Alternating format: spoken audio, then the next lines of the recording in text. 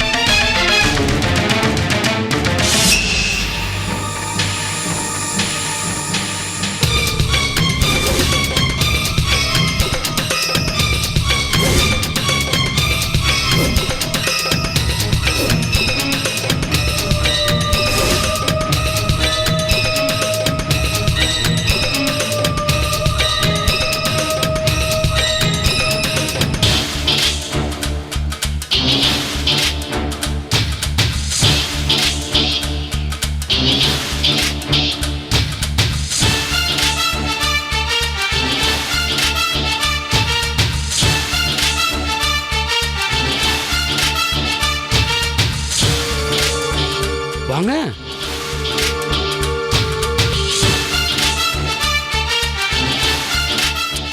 நான் இருக்கேன்ல, வாங்க.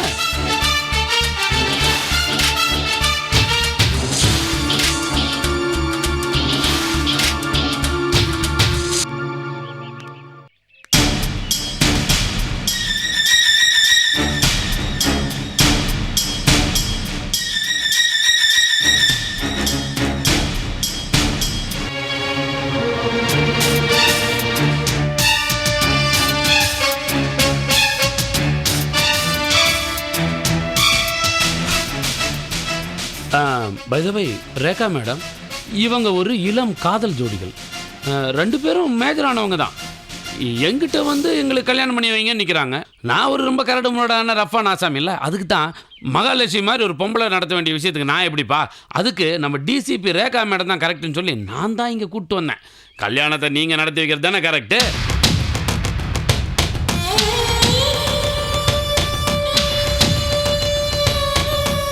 நான் சொல்றது சரிதானே?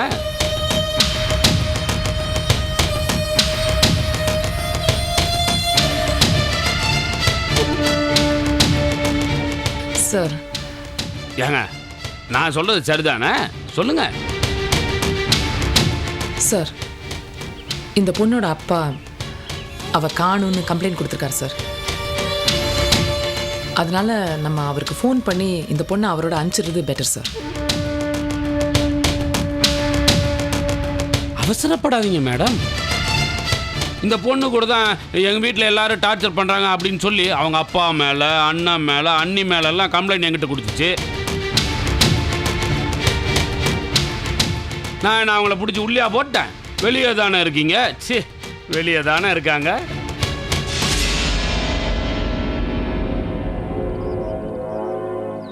மேஜரான ஒரு காதலர்கள் நம்மளை தேடி போலீஸ் ஸ்டேஷனுக்கு வந்துட்டா அவங்களுக்கு கல்யாணம் பண்ணி வைக்க வேண்டியதானே நம்ம போலீஸோட தர்மம். ஏம்மா, நீ சொல்லு, நீ மேஜர் தானே? தம்பி, நீ மேஜர் தானே? எப்படி பார்த்துக்கோங்க. போதும்ல, 2 பேருமே மேஜர் ஆனவங்க. இவங்களுக்கு கல்யாணம் பண்ணி வைக்கல, உங்களுக்கு என்ன தயக்கம்?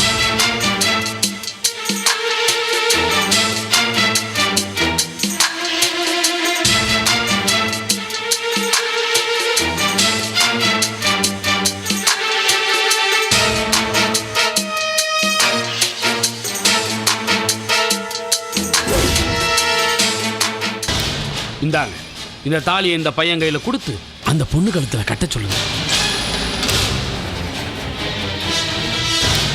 பார்த்துக்கிட்டே இருந்த அப்படி கட்ட சொல்லுங்க. குடிங்க மேடம்.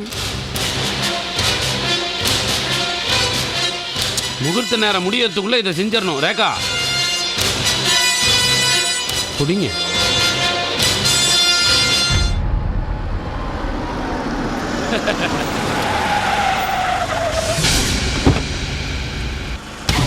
வந்தான் பாரு கில்லாடி கிரிகிரி.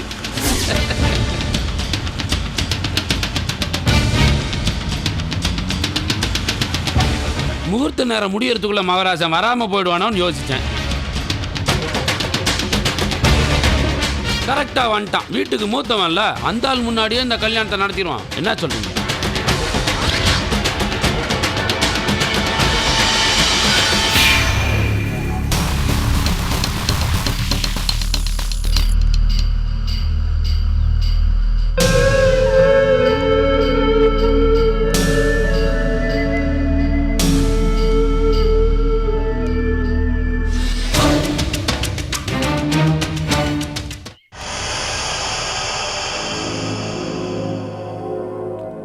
இந்தாங்க, இப்ப கட்ட சொல்லுங்க. அர்ச்சதையை போட்டு ஆசீர்வாதம் பண்ணுங்க மாசி. சொல்றான்ல, பையன் கையில கொடுங்க.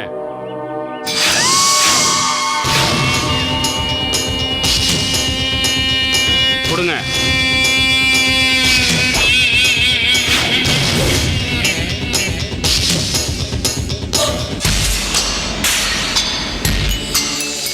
நெல்லு.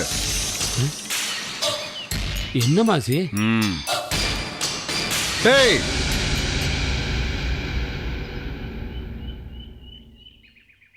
என்ன மாசி, என்ன பண்ண போற? இரு.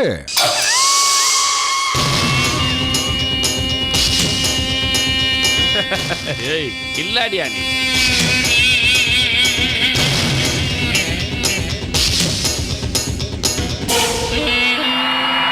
இந்தம்மா விடுறா.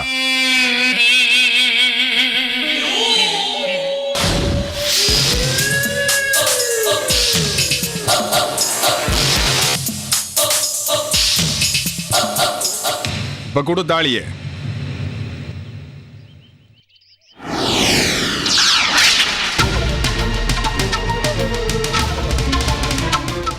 மேடத்துக்கும் கொடுங்க மாசி. இந்தாங்க.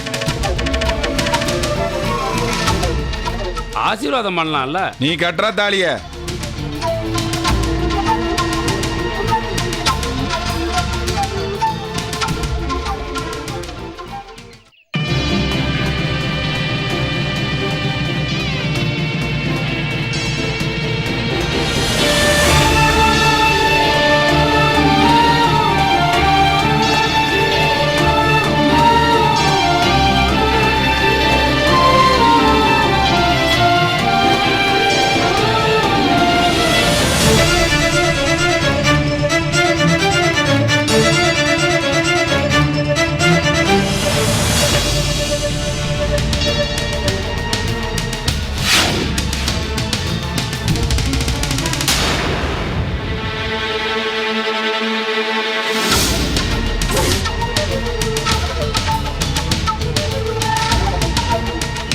இப்ப சந்தோஷம் தானே?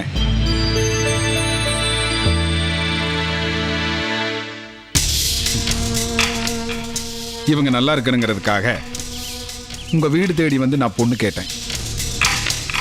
நீங்க என்ன அவமானப்படுத்தி அனுப்பிச்சீங்க. விதியை பார்த்தையா? இப்ப நீங்களே தாலி எடுத்து கொடுத்து இவங்க கல்யாணம் நடக்க வேண்டியதா இருக்கு. அதுதான் விதி.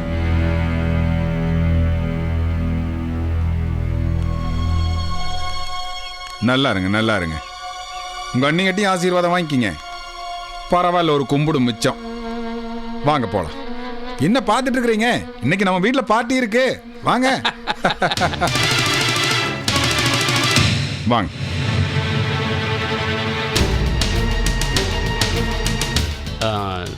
நீங்க டியூட்டியை பாருங்க, நான் பார்ட்டிக்கு போயிட்டு வரேன்.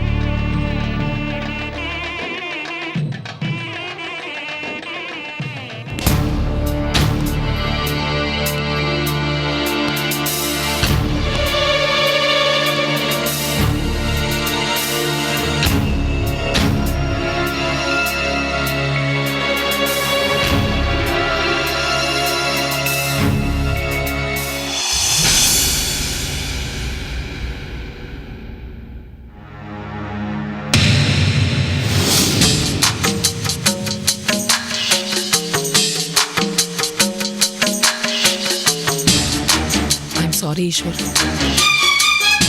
இல்லை, நான் ஃபோன் பண்ணியிருக்கலாம், ஆனால் அது சீரியஸான மேட்டர்.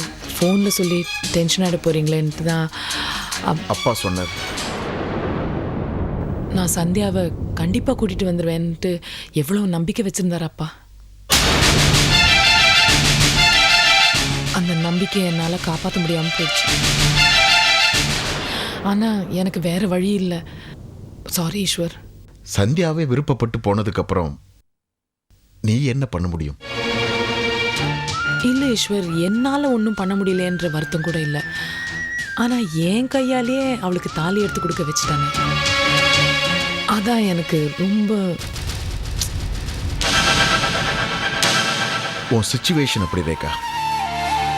ஹையர் அஃபிஷியலுங்கிற முறையில் ஜெய்சி சொன்னா நீ கேட்டுதானே ஆகணும். எனக்கு சந்தியாவோட எதிர்காலத்தை பற்றி நினச்சாதான் ரொம்ப கவலையாக இருக்கு ஈஸ்வர். எனக்கும் அந்த பயம்தான். அந்த மாசி எதுக்குமே அஞ்ச மாட்டான். நம்ம மேல இருக்கிற ஆத்திரத்தை சந்தியா மேல காட்டுவானோன்னு எனக்கு பயமா இருக்கு. இல்லை இல்லை இல்லை, அந்த மாதிரி ஏதாவது நடந்துச்சுன்னா சந்தியா சும்மா இருக்க மாட்டா. அவ ரொம்ப போல்ட் கேர்ள். ஏதாவது அது எதிர்த்துலாம் பேசிடுவா. ஆனால் ஏதோ மயக்கத்தில் தான் அந்த குட்டியை கல்யாணம் பண்ணிக்கிட்டா. தப்புன்னு தெரிஞ்ச உடனே அவளா திரும்பி வந்துடுவா. திருத்த முடியாத ஒரு தப்பை பண்ணிட்டு அப்புறம் ரியலைஸ் பண்றதுல என்ன பிரயோஜனம் ரேகா? தவறுகள் எல்லாமே குற்றங்களாகாது Eshwar. Rekha please. I'm sorry.